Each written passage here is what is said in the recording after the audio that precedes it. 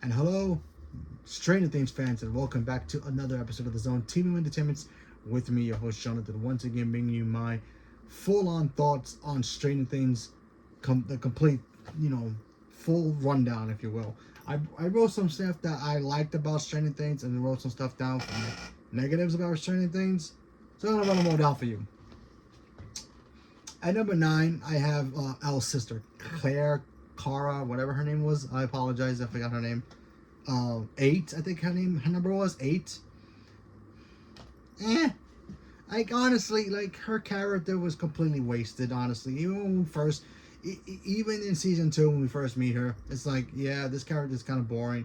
Let's fast forward. We all did it, and then when she came back, I'm like, all right, they're gonna redeem the character, and they kind of did near the end of the thing, but it wasn't really anything.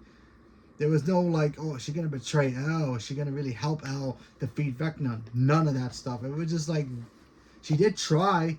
I'll give her that, but then it wasn't really anything. It felt like she was just like, hey, I got you, bro. Instead of yapping her mouth, she should have just stabbed him and it would have been over.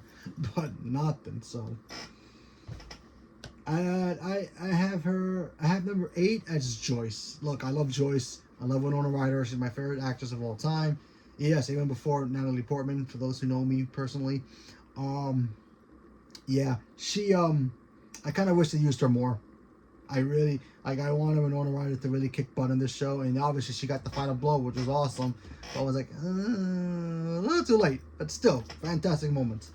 So that's the only one that's kind of a nitpick for me. But other than that, still. Obviously the soldiers, and number 7 would be the soldiers and the doctor, played by Linda Hamilton, which I don't get.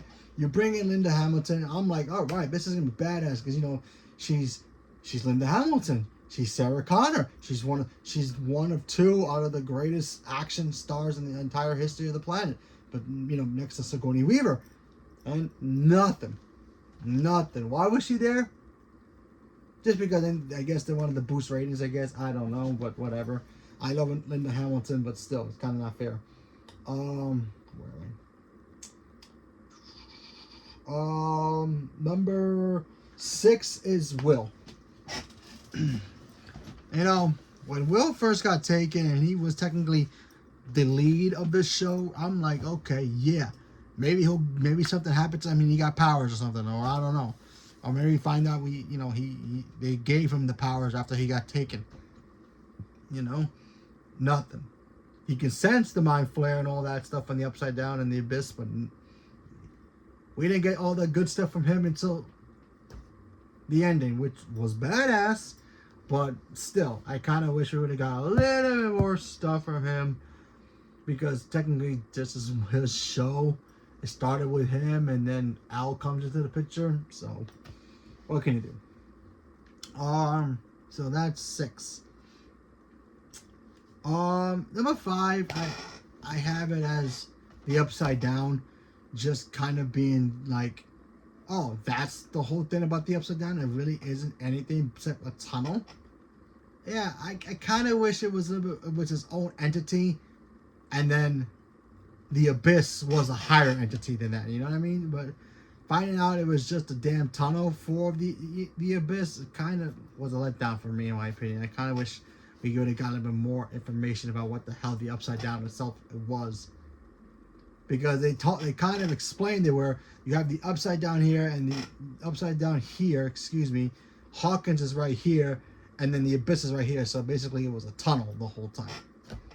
So kind of wish it was its own entity, and then we find out there's a higher level up above it that we don't even see because of the clouds being all dark and gloomy. So that would have been cool, but saying that it's a freaking tunnel, I was like, oh, come on, the whole time. Kind of was like, whatever.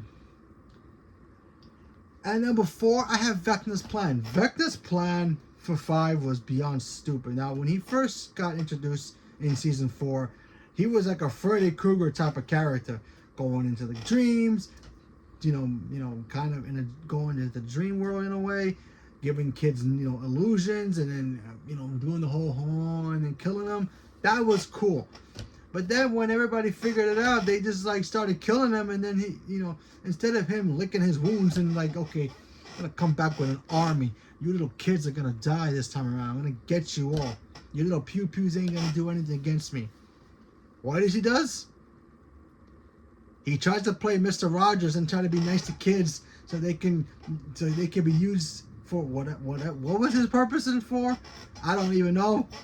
They didn't even explain what the heck his purpose was besides bringing down the abyss into the world, which made no sense because all the creatures are already coming out. Well, remember, the abyss is here, the bridge is the upside down, and Hawkins is already here. The abyss was letting all the creatures come down anyway, going into the real world. They took the kids from that world, from the normal world, into their world. And what happened to the whole...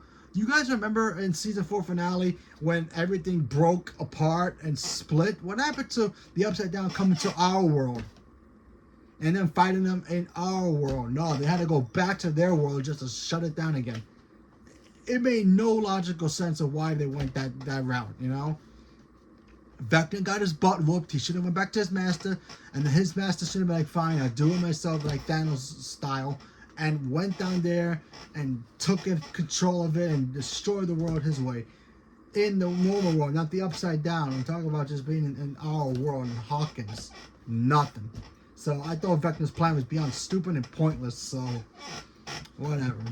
And the whole thing, notion that Henry's scared that he killed a person as a kid and that some stupid rock gave him his powers of evil. Yeah, okay, I don't buy that, whatever. That's like Eddie Brock, like, not looking at water because he saw the Venom symbiote and went into him and he got scared because he killed somebody as Venom. Made no sense to me what Vecna did. At number 3, I have Mike's and Elle's relationship. Look, I love Elle. She's great. I like Mike. He's cool. You know, his sister is Nancy, obviously. She's gorgeous. His mom is cool too, so, you know, he has everything going for him. But the whole notion of him in season 2, especially season 2, it drove me nuts. The whole, oh, he's in love with her. He just wants to spend time with her. Even Hopper was at the point where he was like, you need to stop this. Or was it season 3? No, it was season 3. Sorry, it was season 3. My bad. Season 3. He was all lovey-dovey with her. Then we get to 4, and it's like, all right, he loves her, but now he understands, you know, his love is the power to help make sure the team can win. I get that. That's great. Then in season 5, it's like they don't even know each other anymore. It's like, yeah, I love you. I still love you. Yeah, sure. I'm just going to go stand over here.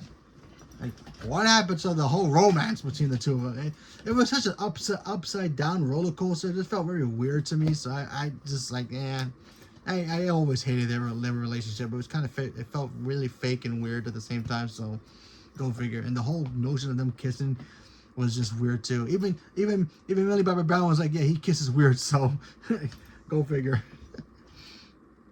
That leads me into number 2 with it's Eleven's arc. Look, 11 is a great character. I love her character a lot, and I'll talk more about it in my good stuff. I don't know what the hell they did with her in season 5. Season 5, she was barely in it. And, you know, even in 4, she was kind of there through mind powers, but, you know, that was cool. But the one thing that bothered me about 11 so much was the whole nosebleed.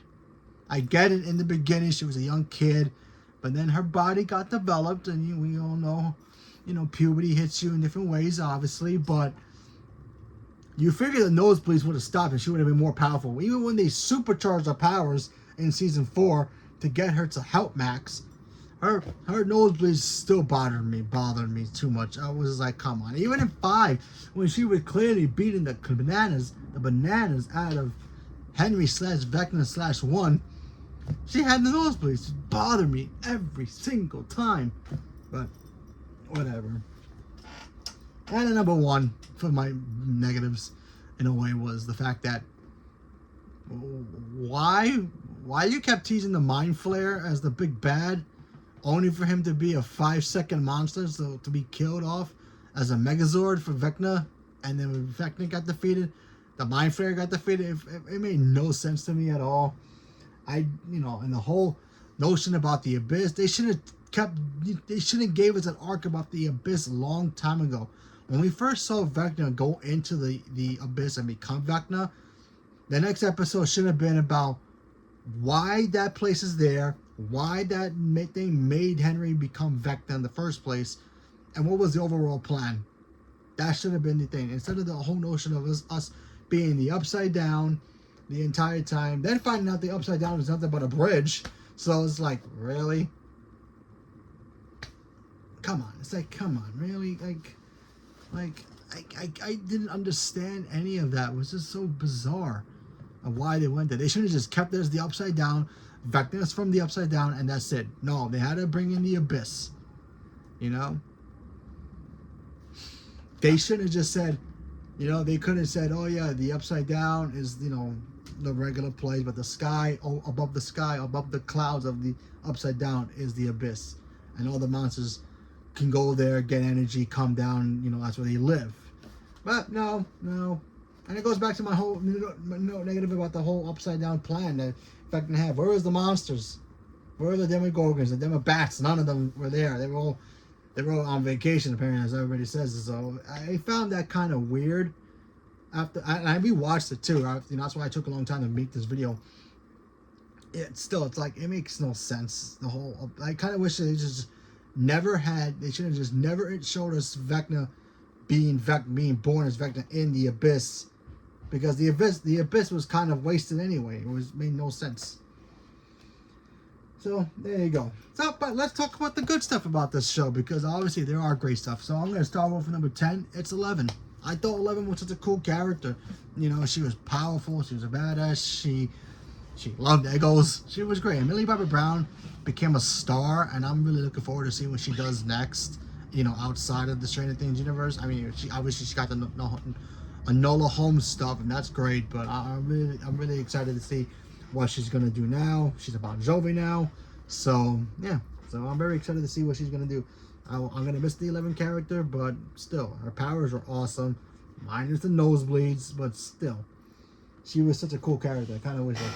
Another character I actually really liked, also, even though he did stupid things in this show, is Vecna/Henry/1. Vecna kind of reminded me of Freddy Krueger, especially in season 4. He was awesome. He was intimidating. He was evil. He was creepy. I mean, he got beat, sure, and I thought he was going to come back as a complete badass in 5, but not really. But still, after seeing that, yeah, I was like, yeah, that.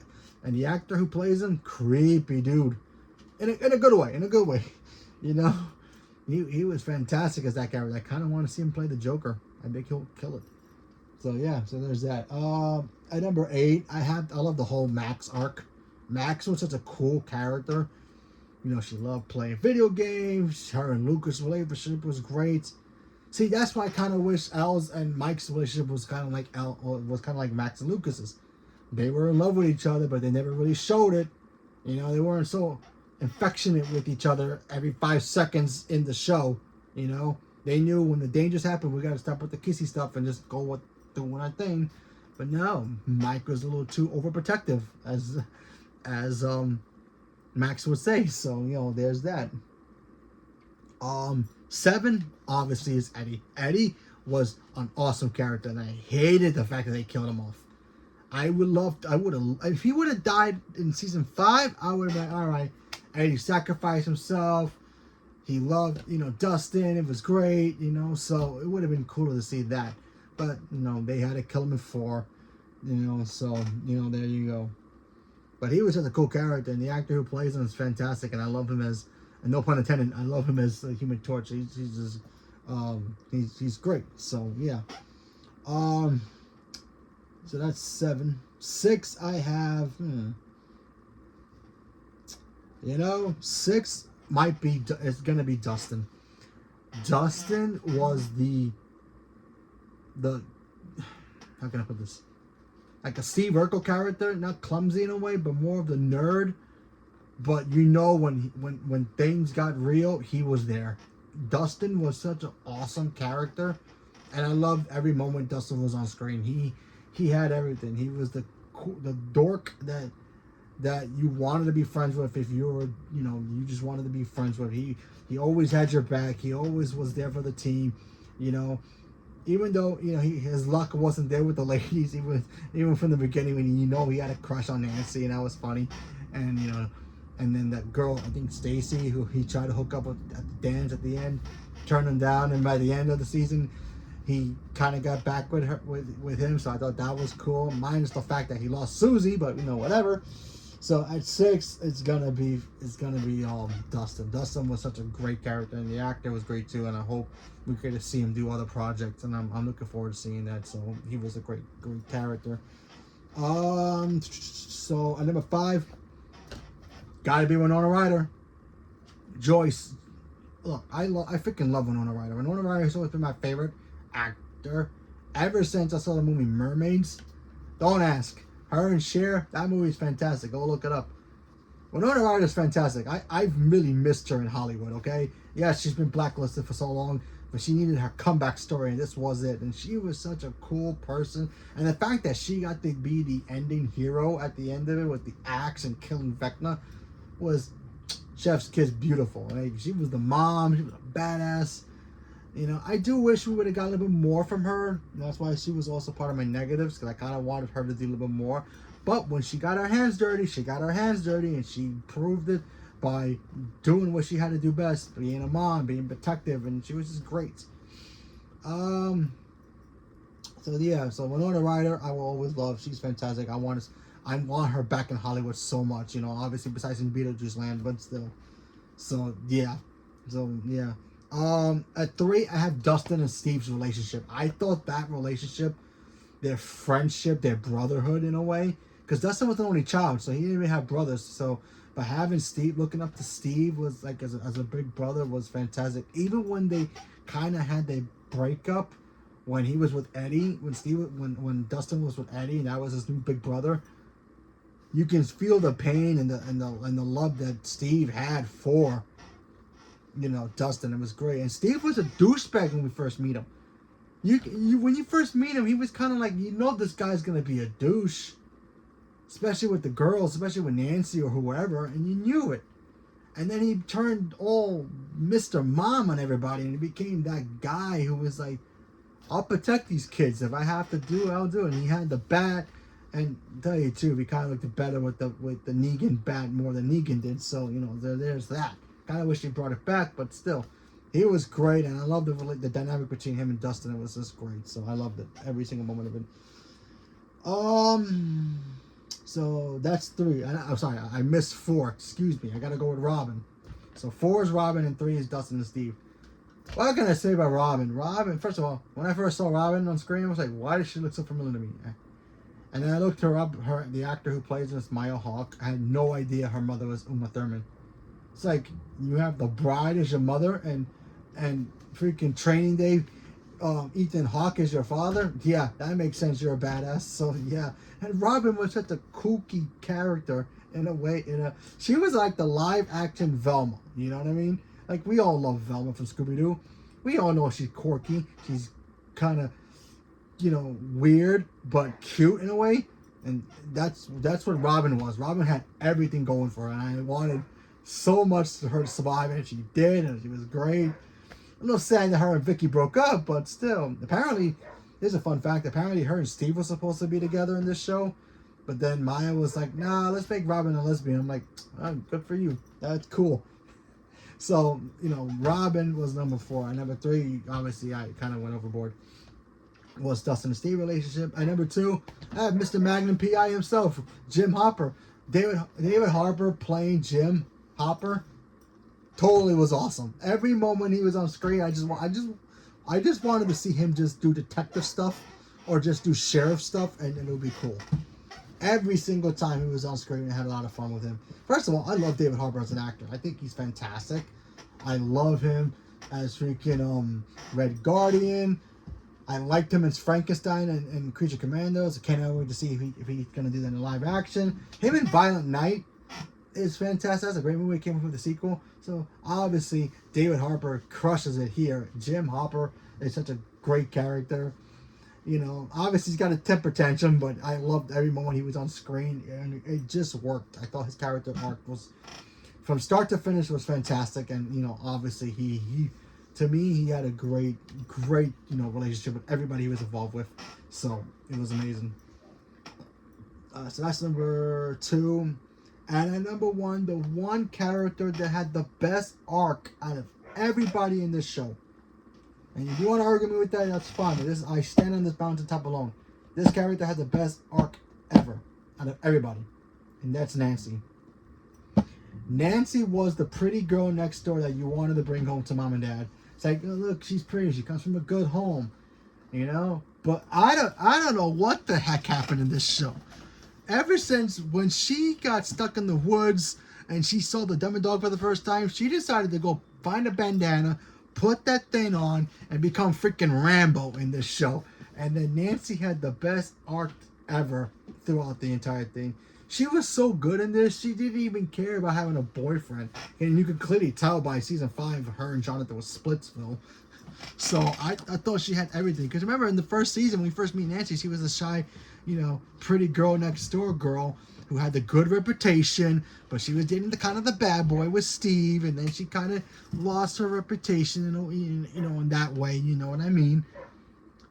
Then out of nowhere, she traded in her Barbie dolls for freaking a shotgun, and then she became Rambo. So yeah, and the fact of the matter is, she went and kills soldiers in season 5, and no repercussions. That proves that she's a badass. So yeah, Nancy was completely awesome, especially because, you know, girls like, you know, when she played that, you know, the innocent girl, you know, those types of girls in the movies where it's like they get scared and you're like, I don't know, you got monsters coming after us. What are we gonna do? She's scared. She's going to the big man to protect her.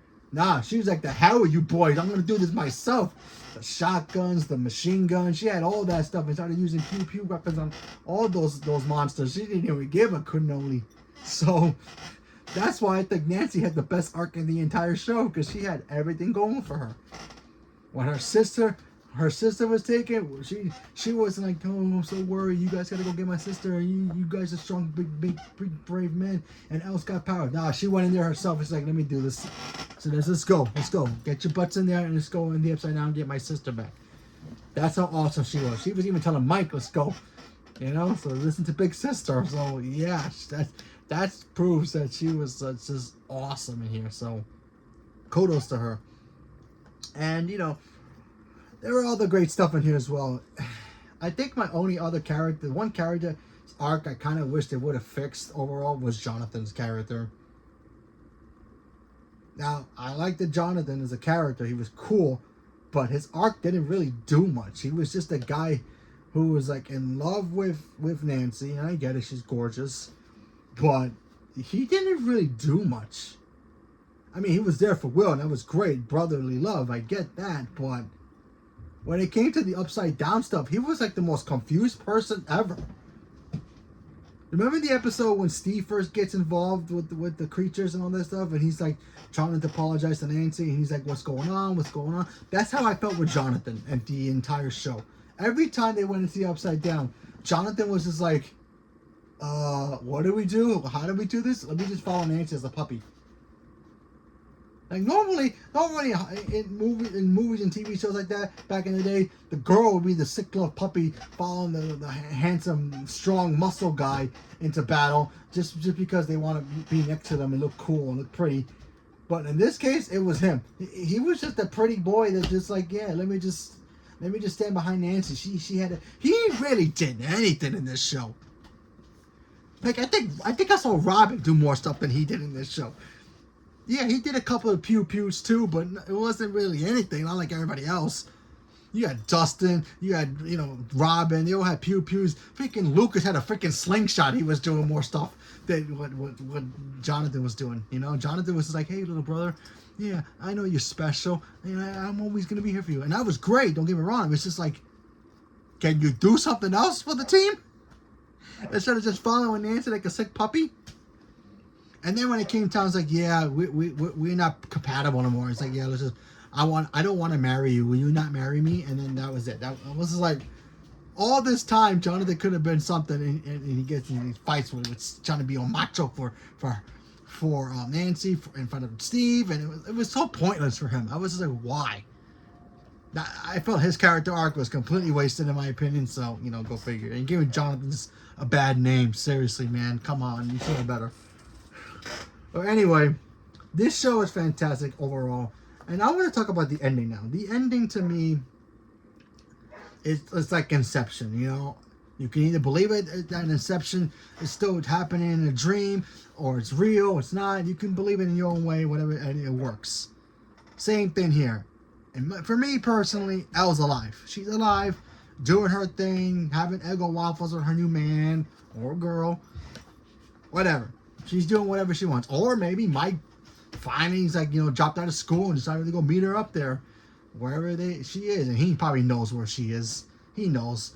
So, and they're living happily ever after, having their own kids and having number 100. Who knows? But I'm going to be in the circle that believes that she's alive, and we'll get a reunion episode in 10 years from now. Because everybody's just getting started in their careers, minus, obviously David Harper and Winona Ryder. But everybody else is kind of getting into that whole Hollywood phase now of people recognizing them outside of Stranger Things. So hopefully they can have great careers, and we can look forward to seeing them in 30 years from now. So we shall see. They're all still young, like I said, minus Winona Ryder and David Harper, but still. I'm talking about in Hollywood. They're still young in Hollywood, not in their age. Obviously, Winona Ryder's always going to be beautiful to me, no matter what age she is. But either way, this show is fantastic. I enjoyed it. I have my negatives, obviously, but still, I think this show overall did a really good job. Mine is a couple of things here and there. 5 was all over the place, I can admit that. But still, I had a lot of fun with this show. I'm going to miss it. And, yeah. And, yeah, Elle's alive. And no, there's no secret episode 9, so don't ask. So, leave me a comment below. Let me know what you guys thought about it. Are you guys looking forward to finishing Stranger Things? If you have, did you guys enjoy the entire thing? Are you like me? Do you think Elle's alive? Do you think she's dead? Whatever it is, leave a comment below. Let me know. What's your favorite part? What's your favorite character? What's your favorite moment? What made you cry the most? What made you not cry the most? Who is the character that annoyed you? Whatever it is, leave a comment below. Let me know. Stay tuned for more. Thank you very much, and have a good night.